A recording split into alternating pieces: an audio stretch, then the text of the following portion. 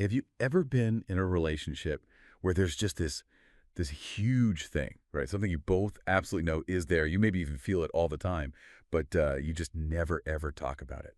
It's like that old saying, the elephant in the room, except maybe it's, moved in, taking up residence on the sofa. That really complex, um, delicate, and honestly pretty impactful situation is exactly what we're diving into today. We're looking at this idea Ginger Benson writes about so powerfully in her piece. My wife knows, but we don't talk about it. Living in silent compromise. And our goal here isn't just to, like, summarize the article. It's to really get under the skin of this dynamic. What does it actually look like day to day? Why do couples end up here? Often it seems out of a genuine desire to keep the peace, strangely enough.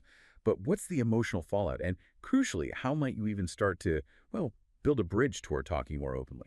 We're going to unpack the specific example of silent compromise, help, maybe understand a difficult relational pattern that's often kept hidden. Okay, so let's really unpack this phrase, silent compromise. It's powerful. What does this dynamic actually look like in practice, based on the source? Yeah, it's a great phrase. The piece paints a really clear picture. You've got, in this specific case, a wife who suspects or maybe even flat out knows her partner cross-dresses. But it's just never brought up, never directly addressed. It hangs in the air. Exactly. And the cross-dresser, they might express that side of themselves, but only when they're alone or, very discreetly, very carefully, so it doesn't become something they have to talk about. There's this kind of mutual unspoken pact, an agreement not to confront it, to just skirt around the issue. Always. It keeps a sort of peace, I guess, but a fragile one. A very fragile one. And that's where it gets really interesting. Like you said earlier, it's not just about the silence itself, but what the silence does. Yeah, tell me about that. The author talks about a real paradox there, doesn't she? She does. It's this feeling of relief, maybe, for the crossdresser. Phew. Okay, she knows or suspects, but she hasn't rejected me. That's huge. But then at the very same time, that silence creates this profound sense of invisibility. Like a core part of you isn't really seen or understood. So it prevents rejection, but also prevents real acceptance, maybe. Precisely. And that knowing but not speaking thing, that's what builds the barrier, even in marriages that are, in many other ways, quite loving and committed. So why? Why does this happen? If it builds barriers, why do couples fall into this pattern?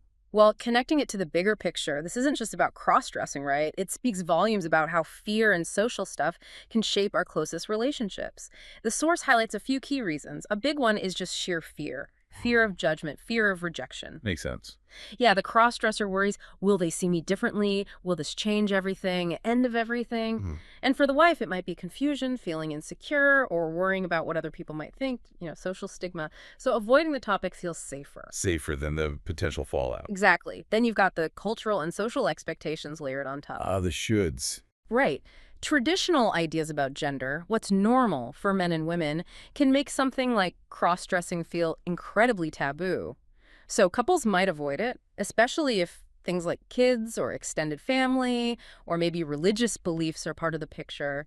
It just feels too complicated, too risky to confront. And sometimes is it just not knowing how to talk about it? Absolutely. That's a crucial point in the piece. Sometimes the silence isn't active rejection at all. It's more like paralysis. Yeah. Not knowing the right words, fearing saying the wrong thing, causing pain. Yeah, stumbling into a minefield. Kind of. So without the tools or the language, the issue just settles. It becomes this permanent, quiet tension in the background of the relationship. Okay, so the silence is there, maybe trying to protect the relationship in a way. But you mentioned barriers. What's the actual emotional cost for the people living this way? The author suggests it's pretty significant. Oh, it's definitely significant, and it hits both partners, though maybe in slightly different ways. For the person cross-dressing, there's often this deep sense of isolation, loneliness. Carrying a secret. A huge secret, yeah.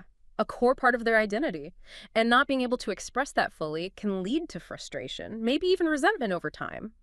Plus, there's often this background hum of anxiety, right? The fear of being found out or of the silence finally breaking in the wrong way. It erodes intimacy. How so? Well, if you can't share this fundamental part of yourself, how truly close can you be? There's always a part held back, a distance. Right. And for the wife, What's her experience like in this dynamic? It's heavy for her, too. She might be living with constant confusion or uncertainty. How should she feel? What should she do? There can be loneliness for her as well, funnily enough, knowing this thing, but having no one to really process it with, feeling alone in the relationship. That's poignant. Alone together. Yeah, and sometimes, the source mentions, there can be feelings of betrayal. Maybe not about the cross-dressing itself, but about the secrecy, the hidden aspect. She might want to be supportive, but also feel hurt by what wasn't shared openly. So this lack of communication just eats away at trust and connection from both sides. Wow. So that shared loneliness you mentioned, it really is the ironic outcome of trying to avoid conflict through silence. It's striking, that shared loneliness. So, okay, if the silence is meant to keep the peace, even if it fails at that deep down, you might still think, well, why rock the boat now? Why risk the conversation? That's the million-dollar question, isn't it? But the piece argues really strongly that opening up, even though it feels terrifying, actually offers huge benefits. Okay, like what? Well, first off, it's about building real trust and intimacy, not just surface-level peace. True trust, the author suggests, isn't just liking your partner, it's trusting they can handle your whole authentic self. Talking about the hard stuff actually builds that deeper trust. Turning the fear into a shared challenge, maybe. Exactly, and it allows for genuine support. Second, it cuts down on misunderstandings massively. Silence leaves these huge gaps, right? And we fill those gaps with assumptions. The crossdresser assumes shame or judgment. The wife might just be uncertain or scared. But they don't know that about each other. Right. Yeah. Talking brings clarity, replaces assumptions with actual understanding. Third, and this is huge, it's just better for everyone's emotional health. Also, Expressing your authentic self, even the parts that feel vulnerable, reduces anxiety, boosts self-esteem, it stops the festering resentment. And for the wife, being able to voice her feelings, her concerns, her questions, it helps her feel less isolated and more like an active partner in navigating this. and finally, Finally, tackling these tough conversations actually helps you grow as a couple. It's like relationship strength training. I like that. Yeah. You learn better communication, deeper empathy, how to compromise authentically, skills that benefit the entire relationship, not just this one issue. It can make the bond much more resilient. It sounds like these difficult talks, paradoxically again, are the pathway to a much richer partnership. Okay, this all sounds incredibly important for a relationship's health long term, but let's be real. How do you start that conversation? It feels monumentally difficult. It really does. And the author gives some very practical sort of entry points, which is helpful. Good. What are they? First step, choose the right time and place. Seems obvious, but it's crucial. Not when you're rushing out the door or stressed about work. Exactly. Needs to be calm, private, no interruptions. When you both feel relatively relaxed and have time, Okay. then start small. You don't have to unload everything in the first conversation. That would be overwhelming. Maybe begin with just expressing the desire to talk or sharing a small piece of how you feel. Something like, there's something important I've been wanting to share, but it feels hard to bring up. Gentle opening. Very gentle. And crucially, use I statements. Always. Yes, the classic communication advice.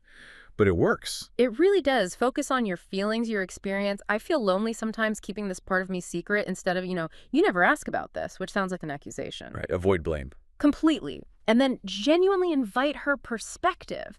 Make it crystal clear you want to understand how she feels, what her thoughts are. Listening is just as vital as talking here. A two-way street. Absolutely. And be patient, be compassionate. This is big stuff. Emotions might run high for both of you. It takes time to process. Offer reassurance that this is about connection, not attack. And what if you get stuck? Or disagree? Try to find common ground. Where do you agree? Maybe she's okay with the cross-dressing itself, but worried about, say, family finding out. Can you find a compromise that respects both needs? And importantly, the author stresses, consider professional help. A therapist. Yeah, especially one who understands gender identity issues and relationship dynamics. They can offer a safe space, tools, and guidance to navigate these really sensitive conversations.